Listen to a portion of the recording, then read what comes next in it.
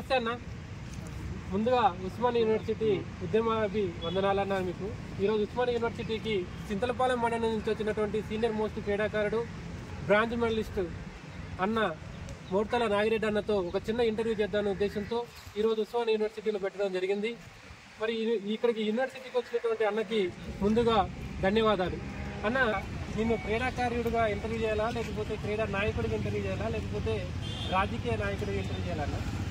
First ఒక యువకుడుగా, తర్వాతకి క్రీడాకారుడిగా, ఇప్పుడు స్టెప్ అయిపోతున్న రాజకీయ నాయకుడుగా, అంటే యువకుడు, రాజకీయ నాయకుడు, క్రీడాకారుడుగా మీరు ఇంటర్వ్యూ చేయొచ్చు.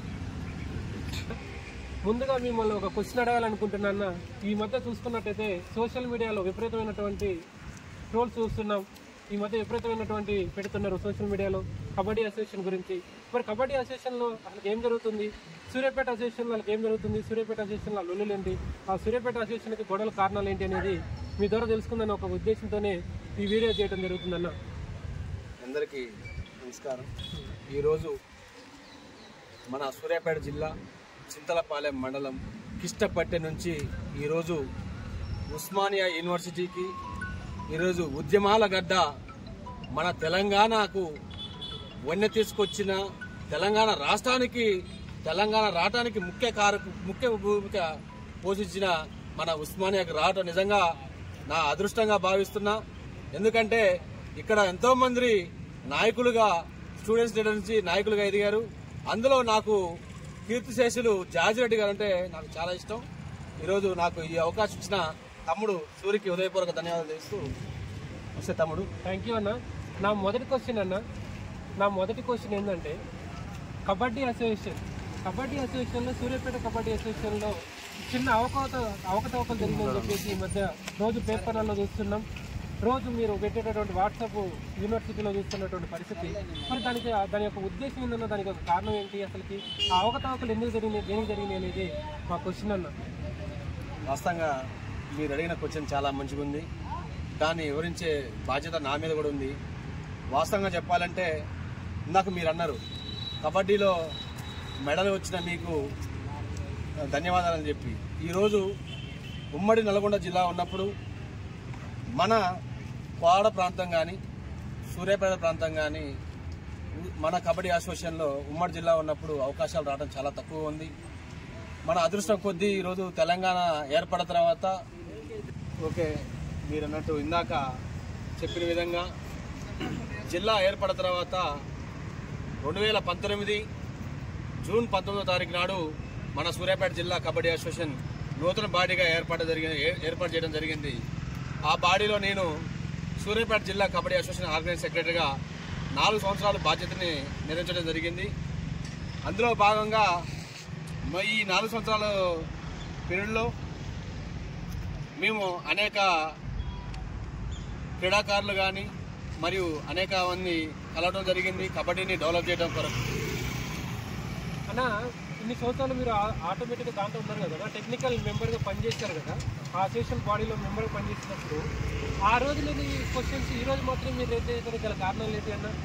ఎస్, కరెక్ట్ క్వశ్చన్ అడిగారు. దానికి సమాధానంగా నేను చెప్తున్నా.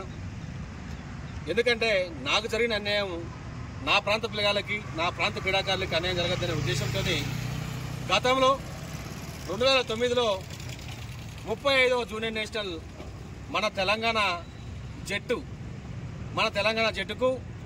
బ్రాంచ్ మెడల్ రావడం జరిగింది. ఆ బ్రాంచ్ మెడల్లో నేను కూడా ఒక సభ్యుని, మన నల్గొండ నుంచి. ఈ నల్గొండలో నలుగురులో నేను కూడా ఒకరిని. ఈ నలుగురులో అందరికీ, ఆ నలుగురులో ముగ్గురికి పార్టిసిపేషను మరియు మెరిట్ సర్టిఫికేటు, మెడల్ ఇచ్చారు. తీరా నాకు ఇస్తలేకే ఒక పార్టిసిపేషను, ఒక మెడల్ ఇచ్చి మెరిట్ సర్టిఫికేట్ నాకు రాకుండా చేయడం జరిగింది. దానివల్ల నాకు అనేక జాబ్ అవకాశాలు మనకి కోల్పోవడం జరిగింది. అదే ఆ మెడల్ సర్టిఫికేట్ ఉన్నట్టయితే నేను ఈరోజు ఖచ్చితంగా ఒక రైల్వేలోనో లేదా పోస్టల్లోనో లేదా ఆంధ్ర బ్యాంక్లోనో ఖచ్చితంగా నేను జాబ్ సాధించేవాడిని. నిజంగానే ఈరోజు చూసుకున్నట్లయితే రీసెంట్గా జరిగినటువంటి చింతలపాలెం అసోసియేషన్ కబడ్డీ అసోసియేషన్లో జరిగినటువంటి అవకతవకలు అని చెప్పేసి ఈ మధ్య రేట్ చేశారు. మీరు ఓటమి కారణంగానే ఆ క్వశ్చన్ రేజ్ చేశారా, లేకపోతే వేరే విధంగా వ్యక్తిగత కారణాలతో ఇటువంటి కార్యక్రమాలు చేస్తున్నారా అని చెప్పేసి కబడ్డీ క్రీడాకారులు అడుగుతున్నటువంటి క్వశ్చన్ అనేది. Good question. దీనికి కూడా నేను చాలా రోజుల నుంచి సమాధానం చెప్పకుండా ఓన్లీ ఫేస్బుక్, వాట్సాప్, యూట్యూబ్ ఛానల్లోనే నేను చెప్పడం జరిగింది. ఈరోజు ప్రత్యేకించి మీకు చెప్పడం ఏంటంటే, సూర్యాపేట జిల్లాకి మన సూర్యాపేట జిల్లా కబడ్డీ అసోసియేషన్ బాడీ రద్దయిన తర్వాత సూర్యాపేట జిల్లా కబడ్డీ అసోసియేషన్కి స్టేట్ కబడ్డీ అసోసియేషన్ ఒక అడ కమిటీ వేయడం జరిగింది. ఆ అడ కమిటీలో 6 సభ్యులను వేయడం జరిగింది. ఆ అడ కమిటీలో మన చైర్మన్ గారు, కన్వీనరు మరియు సభ్యుల్ని ఎన్నిక చేయడం జరిగింది. మీరు అన్నట్టు డిసెంబర్ 18వ తారీఖు నాడు మా చింతలపాలెం మండలంలో నైటు 8:30కి ఎలక్షన్ చేయడం జరిగింది. ముఖ్యంగా మాకు ఎలక్షన్ చేసేటప్పుడు ఖచ్చితంగా ఒక వారం ముందు ఇంటిమేషన్ ఇవ్వాలి. మీరు అన్నట్టు అవకతవకలు అంటున్నారు కదా, సూర్యాపేట జిల్లా కబడ్డీ అసోసియేషన్ మండలాలు వేసేటప్పుడు ప్రతి మండలానికి మినిమం ఒక వారం రోజులు టైం ఇవ్వాలి. కానీ హుజూర్నగర్ నియోజకవర్గానికి వచ్చాక 2024 డిసెంబర్ 18వ తేదీన 7 మండలాలకు కూడా ఒకే రోజు ఎన్నికలు చేయడం జరిగింది. ఇక్కడ మీరు ఒకసారి ఆలోచన చేయొచ్చు ఎంత అవకతవకలు జరిగినాయో ఒకసారి మీరు చెప్పొచ్చు. ఆ రోజు ఎందుకు క్వశ్చన్ చేయలేదన్న మీరు నాకు అర్థం కాదు. అంటే ఆ రోజు మీరు అడిగారు కదా, అడగ కమిటీ అనేది 7 అంటే ఎక్కువ రోజులు చేయాల్సినటువంటి ఈ కమిటీని ఓన్లీ 1 వీక్లోనే వీళ్ళు కంప్లీట్ చేయకుండా ఓన్లీ 1 డేనే కంప్లీట్ చేస్తారని చెప్పేసి అన్నారు 7 మండలాలలో. మరి ఆ రోజు మీరు ఎందుకు క్వశ్చన్ చేయాలి అడగ కమిటీని? అడగ కమిటీ మీద మీరు ఎందుకు ఫైర్ కాలేకపోయినారు? ఆ రోజు ఎందుకు అడగలేకపోయినారు అనేది మా క్వశ్చన్. Good question. దీంట్లో ఇంకోటి ఏంటంటే 2024 డిసెంబర్ 18 వాస్తవంగా చెప్పాలంటే 2024 ఆగస్టు 19వ తారీఖు నాడు ఈ అడగ కమిటీ వేయడం జరిగింది. వాస్తవం చెప్పాలంటే ఈ అడగ కమిటీ ఎప్పుడు యాక్టివ్ అయిందంటే డిసెంబర్ 4వ తారీఖు నుంచి యాక్టివ్ అయింది. డిసెంబర్ 4 నుంచి జనవరి 10వ తారీఖు దాకా వీళ్ళు ఎలక్షన్ చేయడం జరిగింది. ఈ ఎలక్షన్లో మీరు అంటున్నారు అవకతవకలు జరిగినాయి. ఎస్, అవకతవకలు జరిగినాయి. ఎట్లా అని మీరు అంటున్నారు? నేను దానికి కూడా వివరిస్తున్నా.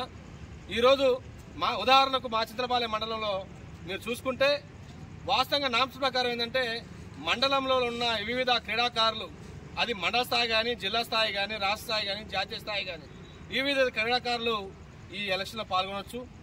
ఓల్డ్ క్రీడాకారులు కూడా ఆడిన వాళ్ళైతే వాళ్ళు కూడా పాల్గొనవచ్చు. దీంట్లో నామ్స్ ఏంటంటే ఫస్ట్ ఎలక్షన్లో ఒకవేళ ఎలక్షన్లే జరిగితే ఎవరైతే దీంట్లో ఓటర్లు అయ్యా అంటే ఇక్కడ క్రీడాకారులుగా గుర్తింపు పొందింది జిల్లా స్థాయి కానీ, మండల స్థాయి కానీ, రాష్ట్ర స్థాయి కానీ, జాతీయ స్థాయి కానీ. ఇక్కడ మీరు అన్నారు అవకతవకలు ఆ రోజు ఇప్పుడు ఎందుకు చెప్తున్నారంటే ఎస్, ఆ రోజు ఉన్న 64 మందిలో కబడ్డీ క్రీడాకారులు ఓటింగ్కి వచ్చింది కేవలం 22 మంది మాత్రమే. ఆ 22 మంది కూడా మీరు ఎలా చెప్పలేస్తారంటే అసలు ఫస్ట్ ఈ అడగ కమిటీ సభ్యులు ఆ ఓటర్కి వచ్చిన వాళ్ళది ఆధార్ కార్డు చూడలే. ఆధార్ కార్డు చూస్తే ఇతను సపోజ్ మీరే ఉన్నారు సురేష్ చింతలపాలెం మండలమా, మేల్చూరు మండలమా ఏమన్నా అడిగారా?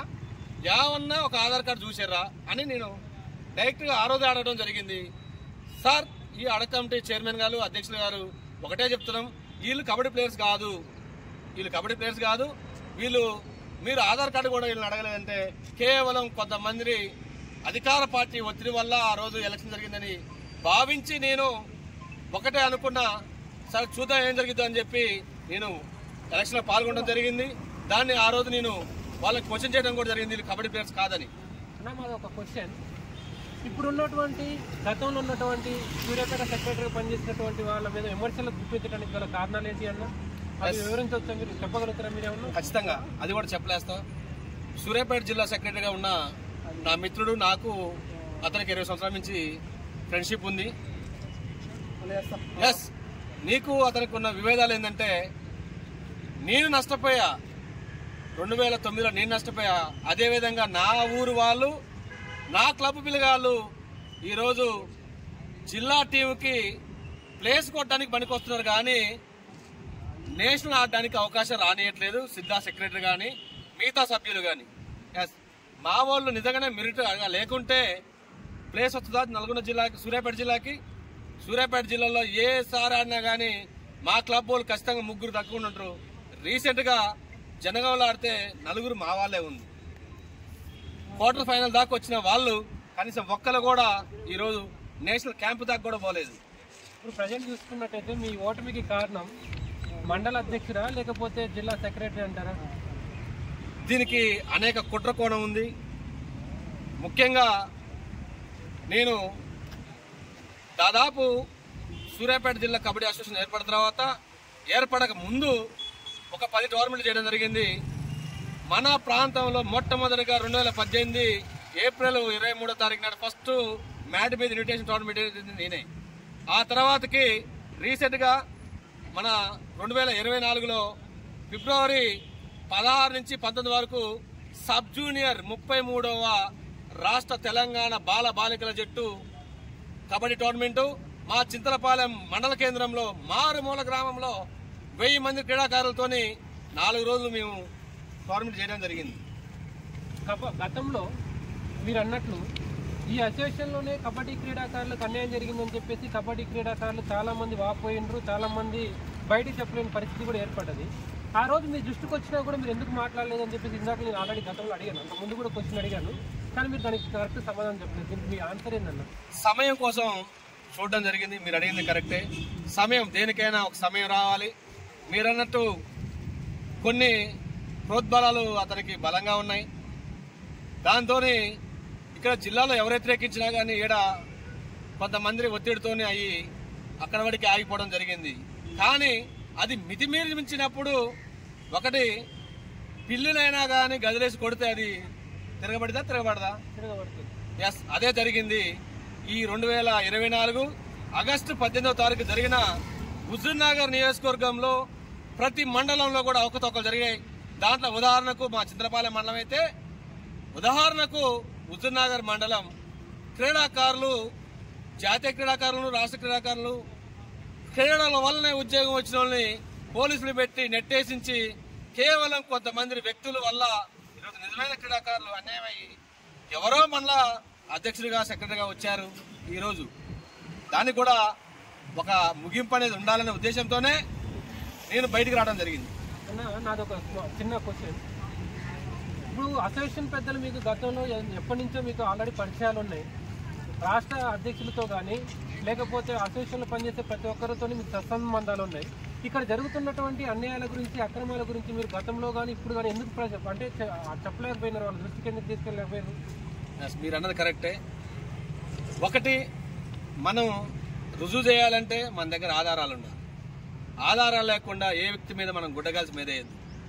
ఆ ఆధారాలే ఈరోజు మీరు అన్నట్టు గతంలో ఎందుకు చేయలేదు, ఇప్పుడు ఎందుకు చేస్తుంటే ఈరోజు ఆధారాలు ఉన్నాయి కాబట్టి చెప్తున్నా. 23 మండలాలు వేయటం జరిగింది అడ కమిటీ వాళ్ళు.